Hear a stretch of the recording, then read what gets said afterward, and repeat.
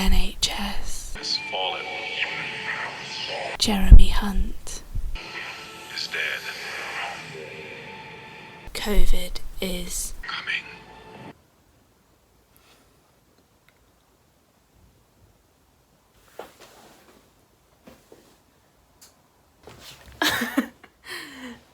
Hi everyone, I'm Dawn, I'm a doctor in the Southwest and I have my own YouTube channel, as you can see, and I have my own blog, diariesofadoctor.com.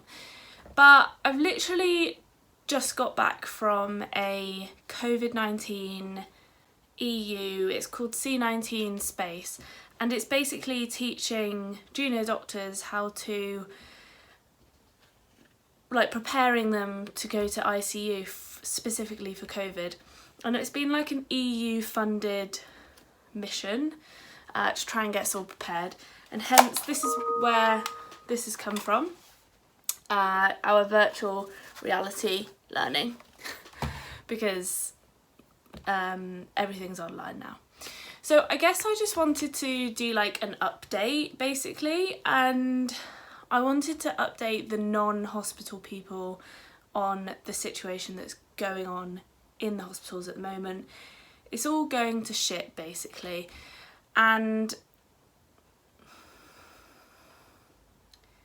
I'll show you all the numbers of the patients over the last maybe 3 or 4 weeks. Some of those are sort of positive from contacts in the hospital, and they aren't actually in hospital for COVID, but some of them are in hospital for COVID.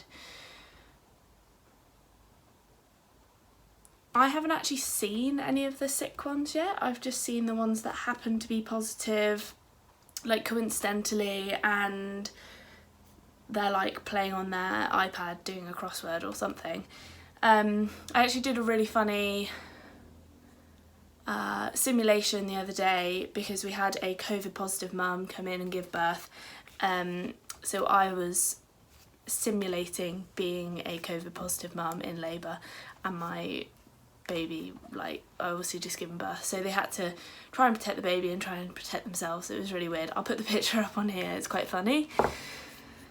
We have a lot of staff off at the moment and it's causing some real difficulty. We have one of the highest rates of sickness in the whole of the NHS right now, apparently. That's word on the grapevine, I don't actually know that for sure. But it means that we're all being moved to different departments. So I'm supposed to be on paediatrics, I'm getting moved to AMU tomorrow, and the day after we're all being asked to work locums, which are like out, what would lay people call it, like overtime. We're all getting asked to work overtime shifts, and to be honest, over the past couple of weeks I've felt so exhausted, like to the point of feeling so burnt out and emotionally like I don't know what to do with myself. I just want to lie here and do nothing. So that's been really tricky.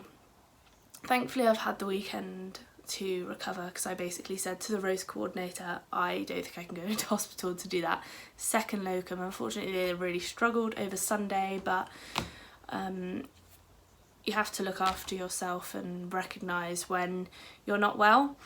And it's not that I wasn't well, but I could just feel myself getting there. And it's no fun being in work, especially as a doctor. Like, it's really emotionally challenging, it's physically challenging, we stand up all day, it's mentally challenging, just in terms of having to think of what we're doing all the time. And I'd signed up for 2 locum shifts, one on Saturday and one on Sunday, and I said, look, I don't think I can do the one on Sunday, which was a good idea because I had a rest time, and it just means that I don't have to work 14 days straight. So I think what's happening is we've got like quite a good track and trace system in our hospital, which means it's a good and a bad thing, because it means we protect like loads of the patients and the other staff and keep those staff potentially COVID free, but also we take off loads of our That's my new Google Home. But also we take off loads of our current staff who are well, but they can't come into hospital. And that's going to be really tricky, especially as the winter is such a shit time for the NHS in general. Even more so over a pandemic, which we don't know how COVID's going to fare over winter, but I can't imagine it's good. I think there's been a lot of added stress in the hospital in that we are restricted with our socialising, we're in and out of hospital, we have no other, like, we have hobbies inside, but most of us exercise, we play in sports teams, most of us want to see our families and friends, so we've had all of that taken out away from us. And absolute shout out to the medical students who are like doing pretty well, I think so, actually, I'm not sure. They're having a terrible time, and I know that because I'm seeing some of the medical students at the moment for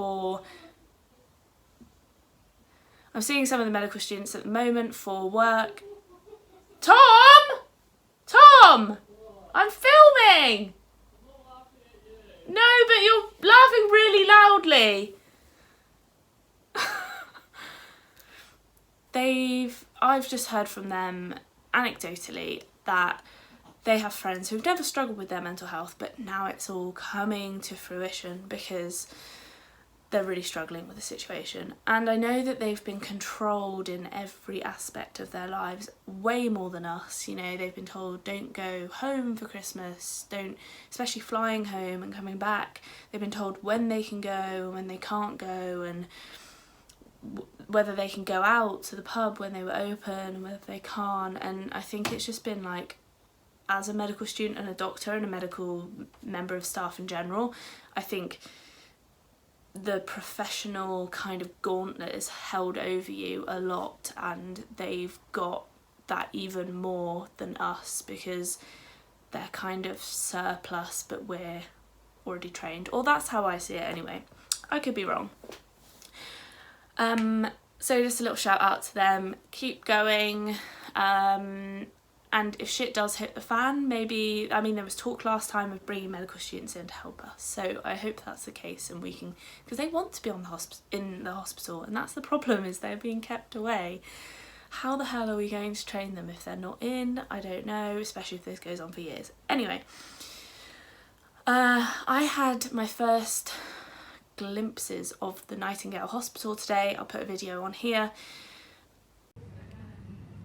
There it is. Nightingale Hospital.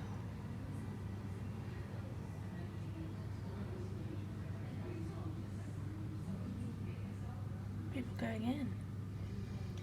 Makes me feel like it's opening. Will it be opening or will it not be? I think it will be. It looks like it's opening. They are desperately trying to claw people together to, like, staff, to get it working. I think it probably needs to happen. If we want to keep the main hospital going, then we need a COVID hospital, because you're just going to infect all the elective patients, which are the patients that come in for, you know, like a hip operation, which they've been waiting 2 years for. I guess one of the main things for me that I want to cover is, are we ready?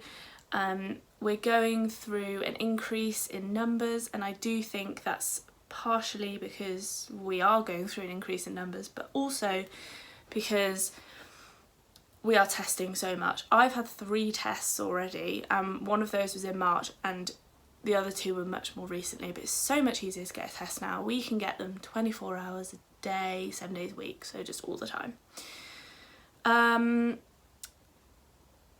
Are we ready? Well, I do wonder. I am worried for the NHS. Let's just put that out there. Shit feels like it's hitting the fan, and I just really hope, I don't know, it's worrying. Like, it's worrying in a different way to how it was before. Before I was scared of, like, COVID and, like, what this disease was. Now I'm scared that there's going to be no room at the inn, essentially. And this has happened, you know, year on year on year. Like, we get patients literally like queuing in the corridor and, you know, 8-hour waits in A&E, and it's pretty horrendous. So I guess I just want to sum it up. I've talked for way too long again. I want to sum it up by just saying to NHS hospital staff, please just talk to each other, try and recognise that there is a light at the end of the tunnel and we need to keep going through this time. But as I said earlier, recognising when you're not well, because if you just keep burning yourself out, you're no use to anybody. No, you're not no use. You're not going to be able to work, and you're not going to be able to work safely, and you're not going to enjoy your work, and that's important. What I want to say to... Also, please drop me a line if you need to. I can always discuss things. Maybe a bit slow at replying, but I'm happy to respond to any emails. Contact at diariesofadoctor.com, contact me on YouTube or on my Facebook, Diaries of a Doctor 1. Okay, to the non-medical staff, please just remember all of the NHS staff over this winter, because we're all going to be having a shit time, and we obviously care about you and we care about all of our patients. If you can have your family at home, have them at home. That's where they're safest. Forgive us if we ignore you. Forgive us if we are short. Forgive us if we have no emotional energy to give you or any empathy, because we've probably had it all sucked out of us. And people often say like that we're quite, you know, blasé and like sometimes just a bit blunt about especially medical things. But just remember that we've talked about it all day, and we need a break from that. So we're probably going to be a bit grumpy. Again, just recognise that this is a really shit time for everybody, but we're gonna really be pushed to our limits, and I think it's going to be a really tricky year. And I want to read an extract from Adam Kay's book, because he's written a really nice little paragraph at the end. So I'm just going to go get the book. I fear that I might just end up reading the whole end of the book, but I'll try not to. Better still, let them know you're grateful. It's easier than you think to make an NHS employee's day, especially at Christmas. Send a card to your GP, to the outpatient clinic you visited, or the ward you're on. They will remember you. It might take a moment because they meet a lot of people. And your message might just turn a bad day into a reminder of why they do their job. This is my favourite bit. If you don't have the energy or the means to help in those ways, there is still something you can do for the beleaguered staff missing Christmas Day at home. Stop sticking root vegetables, remote controls, chocolate wrappers, fairy lights, or indeed anything else that is irretrievable and inanimate, or God help us, animate, up your internal cavities for one day a year. It's only 24 hours, guys, and you'll make it. It's only 24 hours, guys, and you'll make all their Christmases come at once. Although, I'm not going to lie, I think it would be quite fun to retrieve something out of someone's orifice at Christmas. Things you don't want to hear in hospital. You have acute angina, and your tits aren't bad either. Okay, so I'm going to wrap it up here. Thank you for watching, and I really hope that you go check out my blog, diariesofadoctor.com. I've got a new blog coming out on productivity really soon, and loads of other resources as well. And please like and subscribe, like my video and subscribe to my YouTube channel, because it gets content to other people. Thank you.